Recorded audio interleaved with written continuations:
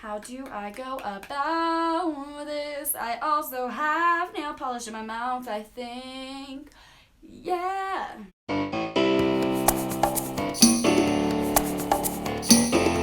Hey, it's your girl Lily, coming at you with yet another video, and I'm sure you're so excited. No, you're not. When I was younger, I was a very dramatic child. Actually, I still am pretty dramatic, a lot dramatic. But this was to a new extent. When I was in the 3rd grade, I fell off of a slide before school and they called the ambulance and I went to the ER because I refused to get up. When I went to the beach one time with my dad, I was on his shoulders and a humongous wave came and it was gonna pelt me with sand, so I jumped off and he fell and a bunch of rocks hit him. Also around this time, I was in my grandpa's pool and my cousin just kept on pushing my head underwater. Actually, this isn't that dramatic. Like, why did she keep on doing that? That's not nice. She kept on putting my head underwater and I couldn't breathe and I almost drowned. Thanks for that, cousin. When I was younger, I would throw these humongous tantrums, and one time I threw a rocking chair at my bedroom door. My parents called me the devil child.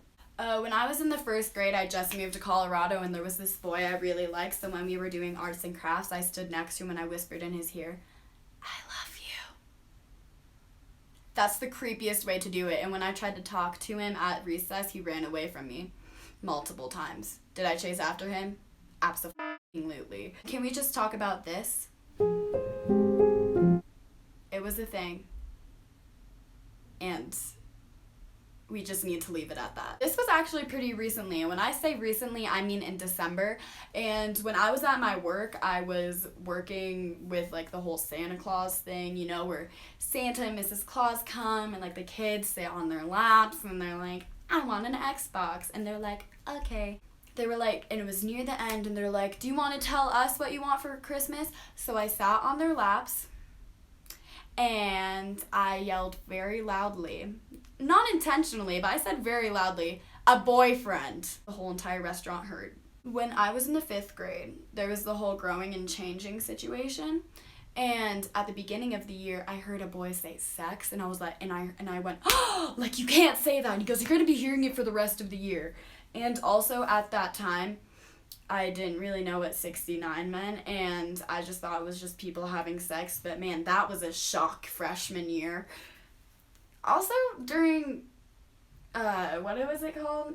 Growing and Changing, they showed us these really weird videos of Dr. D.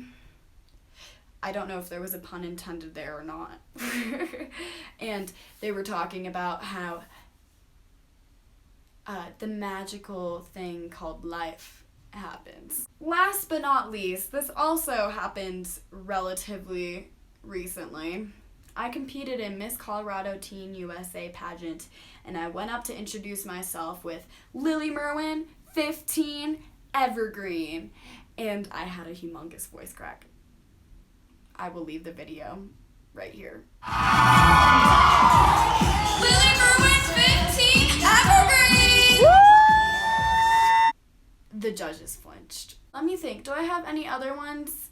Not that I can think of, so this is a relatively short video, but you should totally check out the article from Voyage Denver, an online magazine, and I and many other women talk about the way to overcome insurmountable challenges.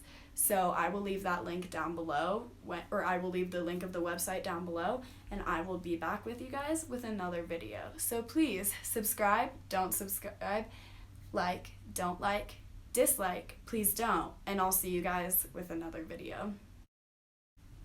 But please subscribe though.